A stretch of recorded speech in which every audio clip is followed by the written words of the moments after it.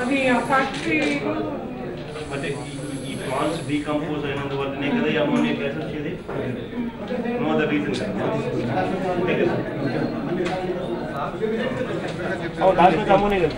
ఎలా తీసేస్తారు? ఎలా తీస్తారు?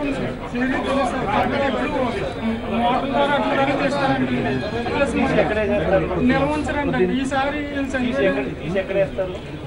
కాలంలో వదిలేస్తున్నారండి. డైరెక్ట్ గా అక్కడ ఉన్న జనం కొనేస్తున్నారు.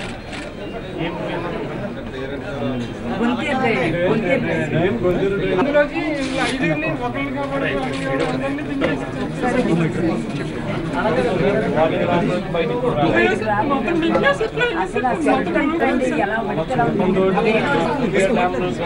దాంట్లో వదిలేస్తున్నారు.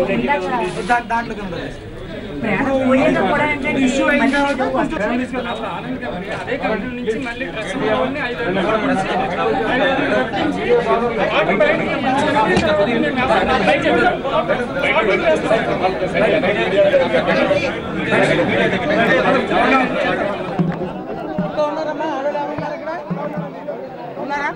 ఏమంటే ఒకసారి ఉండండి. నేను కూడా రమ్మనండి ఒకసారి. ఆడవాళ్ళు రమ్మనండి.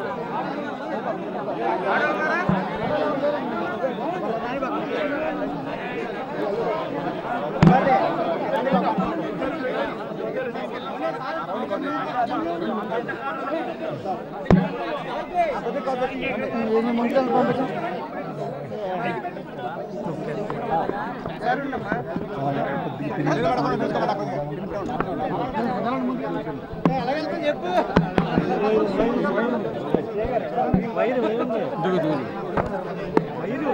సార్ ఉండాలి సార్ కుటుంబ సభ్యులు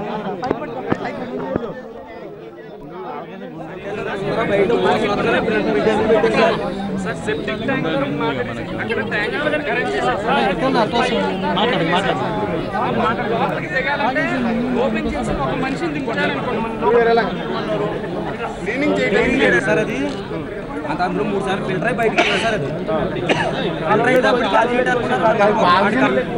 ఇప్పటికైనా కావడం కావాల్సింది. అదేంటనుకున్నారు బయట నుంచి స్మెల్ వచ్చేస్తున్నాను సార్. అదేం చేయాలనుకో మొత్తం ఈ స్మెల్ అంతా బయటకు వచ్చేసి మొత్తం అందరూ గొడవలు పెడతారని దాన్ని మొత్తం రేకి ఆ మోటార్ పెట్టండి. మోటార్ పెట్టి తోడతారండి. తర్వాత ఈ పక్కన ఉంటాయి కదండి చీపుతో తుడుతారండి. అది మళ్ళీ ఫిల్టర్ వెనక్కి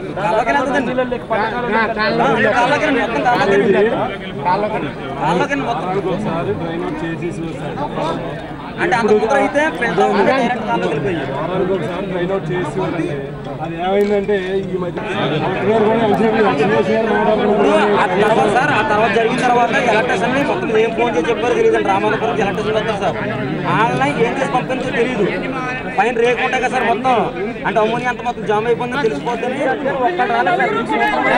ఒక్కటి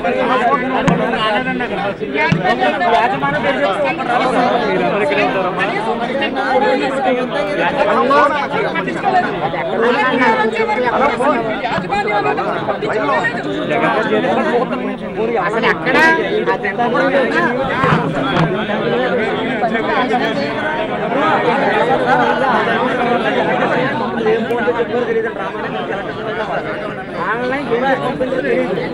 పైన రేకు ఉంటాయి కదా సార్ మొత్తం, అంటే అమోనియా అంత మొత్తం జామ్ అయిపోయిందని తెలిసిపోద్దని ఆ రేకులన్నీ లేపారు సార్. అప్పుడు ఆటలు కొట్టేవాడి రామనపురం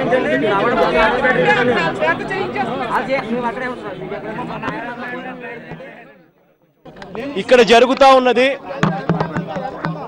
ఆక్వా ఫుడ్ పార్క్ మాకు వద్దు అని తొందూరులో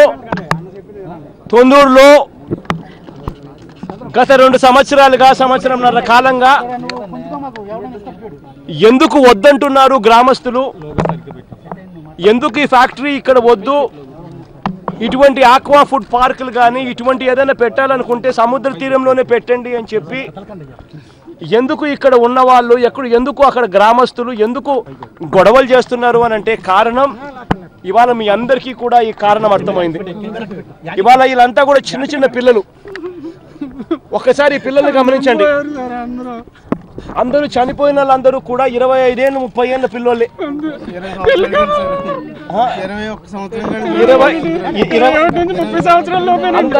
నుంచి 30 సంవత్సరాల లోపు పిల్లలు చనిపోయిన వాళ్ళు.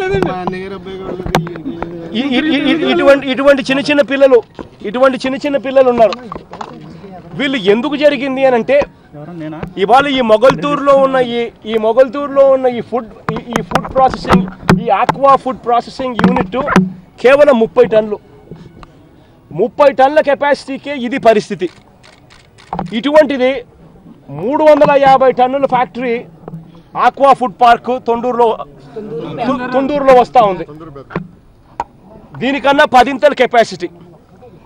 చంద్రబాబు నాయుడు గారు, కలెక్టర్ గారు వీళ్ళంతా ఒక్కొక్కసారి ఒక్కొక్క మాటలు మాట్లాడారు.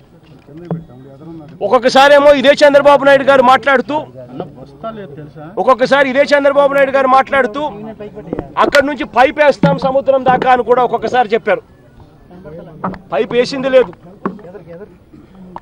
కలెక్టర్ మాట్లాడుతూ మరో సందర్భంలో ఇదే చంద్రబాబు నాయుడు గారు మాట్లాడుతూ ఇది జీరో పొల్యూటెంట్ ఫ్యాక్టరీ అని కూడా చంద్రబాబు నాయుడు గారు బుల్డోజ్ చేశారు. కలెక్టర్ గారు కూడా బుల్డోజ్ చేశారు.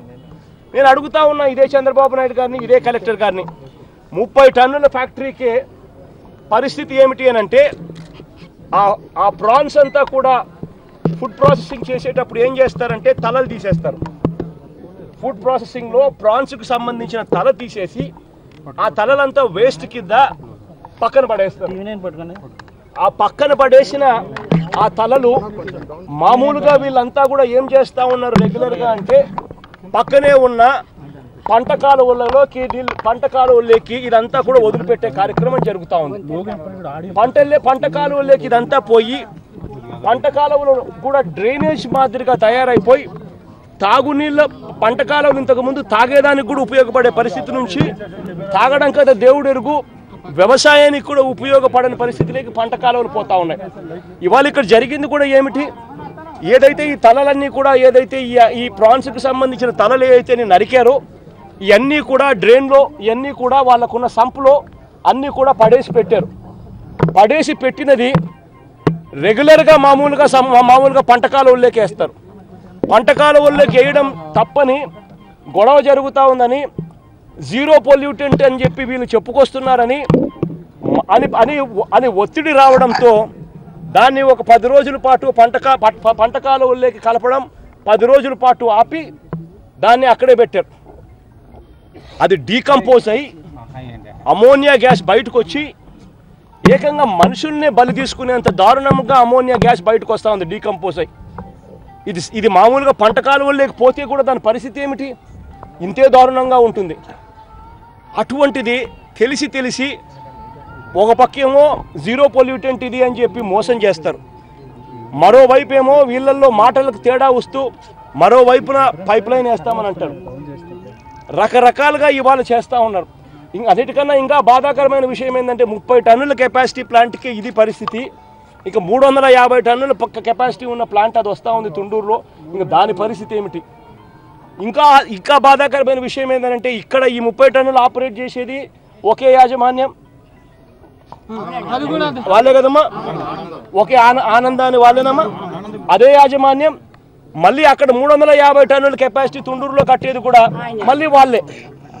అంటే యాజమాన్యాలు ఇక్కడేమో కలెక్టర్లే, ఇక్కడేమో మేము వస్తున్నాం కదా అని చెప్పి గొడవ పెద్దదవుతుంది అని చెప్పి భయపడి ఏకంగా యూనిట్ని సీజ్ చేసే కార్యక్రమం చేస్తూ ఉన్నారు. సీజ్ చేసి వీళ్ళకు కాంపన్సేషన్ డిక్లేర్ చేశారు. నేను ఒకటే అడుగుతా ఉన్నా, పొల్యూషన్ కంట్రోల్ బోర్డుకు తెలుసు, కలెక్టర్ గారికి తెలుసు, అందరికీ తెలిసినా కూడా చంద్రబాబు నాయుడు గారికి తెలుసు, అందరికీ తెలిసినా కూడా ప్రజలను మభ్యపెట్టే కార్యక్రమం చేస్తూ ఒక్కొక్కసారి జీరో పొల్యూటెంట్ అని, దీంట్లో పొల్యూషనే లేదని చెప్పి మనకు చెవులో పూలు పెట్టారు. పొల్యూషన్ ఉంది అని చెప్పి నిజంగా ఇవాళ రుజువైంది. ఆ పొల్యూషన్లోకి వెళ్ళి ఆ పొల్యూషన్ని క్లీన్ చేసి ఆ పొల్యూషన్ను పంట కాలువల్లో వేసే కార్యక్రమంలో భాగంగా 5 మంది చనిపోయారు. అంతే కదా ఏడుకుంటున్నా? అంతే కదా? దాంట్లో భాగంగా 5 మంది చనిపోయిన పరిస్థితులు మన కళ్ళ ముందునే కనిపిస్తూ ఉంటే మరి పొల్యూషన్ లేదు అని ఏ రకంగా వీళ్ళు చెప్పగలుగుతారు? ఈ మాదిరిగా చెప్పడం ధర్మమేనా అని అడుగుతాను. ఇప్పటికైనా కూడా వీళ్ళు ఇస్తా ఉన్నది గవర్నమెంట్ సైడ్ నుంచి 10 లక్షలు అన్నారు, యాజమాన్యం సైడ్ నుంచి 15 లక్షలు అన్నారు, 25 లక్షల రూపాయలు ఇచ్చి చేతులు దులుపుకునే కార్యక్రమం చేస్తూ ఉన్నారు. నేను ఒకటే చంద్రబాబు నాయుడు గారిని అడుగుతా ఉన్నా, యాజమాన్యాల దగ్గర నుంచి రావాల్సినది ఇంకా ఎక్కువ ఇప్పించండి. ఎందుకనంటే ఇది యాజమాన్యం దగ్గర నుంచి ఇది ఒకటే రావడమే కాకుండా ఇన్సూరెన్స్ ఉంటుంది. ఏ ఫ్యాక్టరీకైనా కూడా ఏదైనా ఇటువంటి ఘటనలు జరిగితే ఇన్సూరెన్స్ అమౌంట్ కూడా వస్తుంది. ఆ ఇన్సూరెన్స్ డబ్బులు కూడా వీళ్ళకే బాధితులకు వచ్చేట్టుగా కూడా చర్యలు తీసుకోండి. అప్పుడు 25 లక్షలకు తోడు ఆ ఇన్సూరెన్స్ అమౌంట్ కూడా ఖచ్చితంగా వీళ్ళకి అందేటట్టుగా జరుగుతుంది. ఇది ఒకటే కాకుండా చంద్రబాబు నాయుడు గారికి, కలెక్టర్కి, ఇక్కడ ఉన్న యాజమాన్యానికి కూడా విజ్ఞప్తి చేస్తూ ఉన్నాం, దయచేసి ప్రజల జీవితాలతో చెలగాటలాడకండి. మీరు ఏదైనా ఫ్యాక్టరీ పెట్టుకోవాలి అని అంటే ఆ ఫ్యాక్టరీ కొద్ది కలకాలం నడవాలి అని అంటే ప్రజల ఉసురు తగిలితే మాత్రం ఏ ఫ్యాక్టరీ కూడా నడసదు. ఇటువంటి దారుణమైన పరిస్థితిలో ఫ్యాక్టరీ ఉందని, పొల్యూషన్ క్లియర్గా వస్తూ ఉందని తెలుస్తూ ఉంది. 5 మంది చనిపోయారన్నది వాస్తవం కూడా బయటకు వస్తూ ఉన్న పరిస్థితుల్లో ఇప్పటికి కూడా యాజమాన్యానికి నేను చేతులు జోడించి నమస్కరించి చెప్తా ఉన్నా, చంద్రబాబు నాయుడు గారికి చేతులు జోడించి చెప్తా ఉన్నా, దయచేసి ఈ ఫ్యాక్టరీని ఇక్కడ నుంచి తీసేయండి. ఇటువంటి ఫ్యాక్టరీలన్నీ కూడా లైసెన్సులన్నీ రద్దు చేసి అన్నీ కూడా సముద్ర తీరంలో పెట్టుకునేదానికి వాళ్ళకి లైసెన్సులు ఇవ్వండి. సముద్ర తీరంలో మాత్రమే ఇటువంటి ఫ్యాక్టరీలు వచ్చేట్టుగా చర్యలు తీసుకోండి. అప్పుడే గ్రామాలు బాగుపడతాయి, అప్పుడే ఈ పంట కాలువలు బాగుపడతాయి, అప్పుడే కనీసం వీళ్ళు బ్రతకడానికి కొద్దో గొప్ప కనీసం భూములన్నా బతుకుతాయి.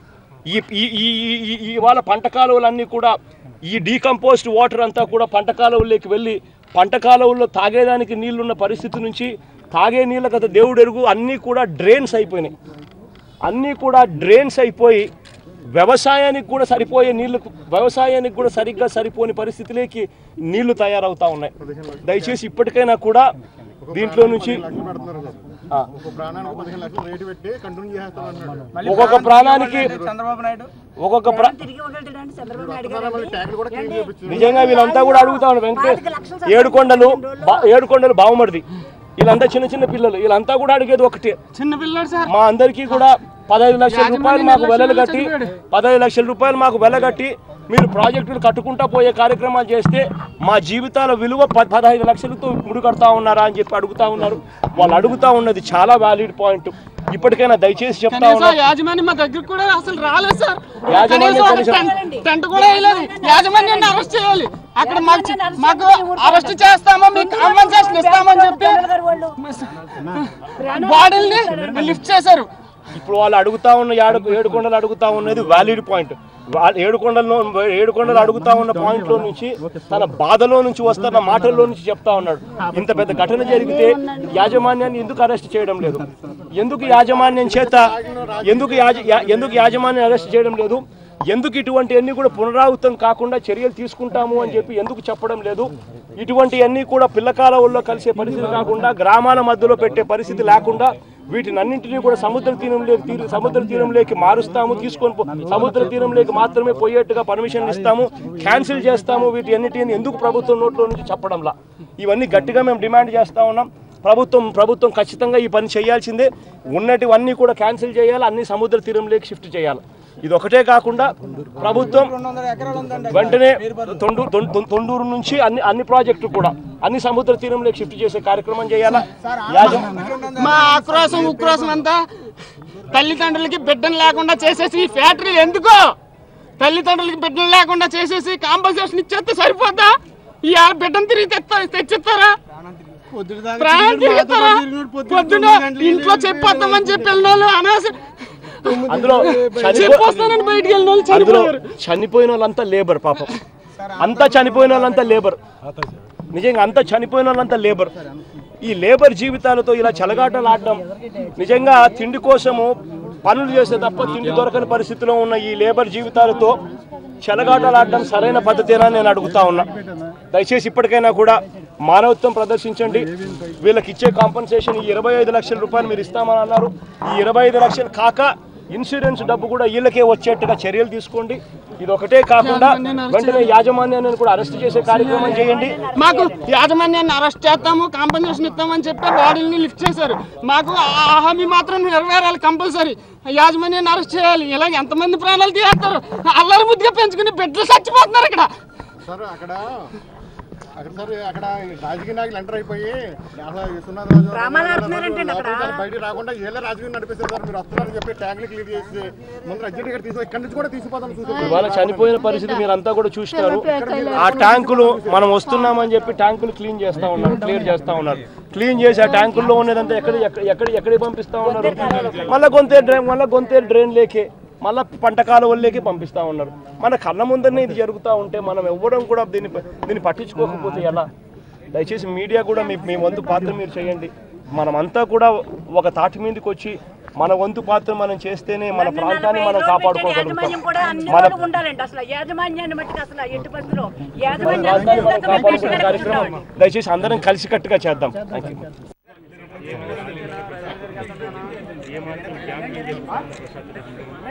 అన్ని రకాలుగా మాట్లాడాను.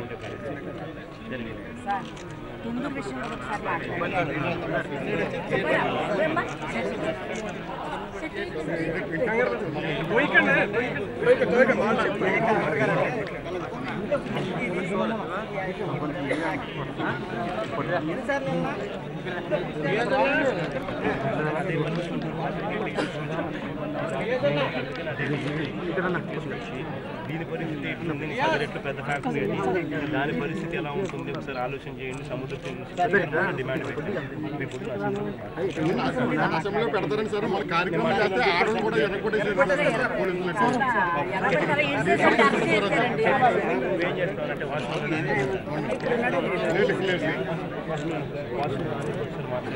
నాకు ఈమెయిల్ పెట్టండి డీటెయిల్స్. నాకు ఈరోజు రాత్రి నాకు ఈమెయిల్ ఐడి కావాలి. నేనేం మాట్లాడాలి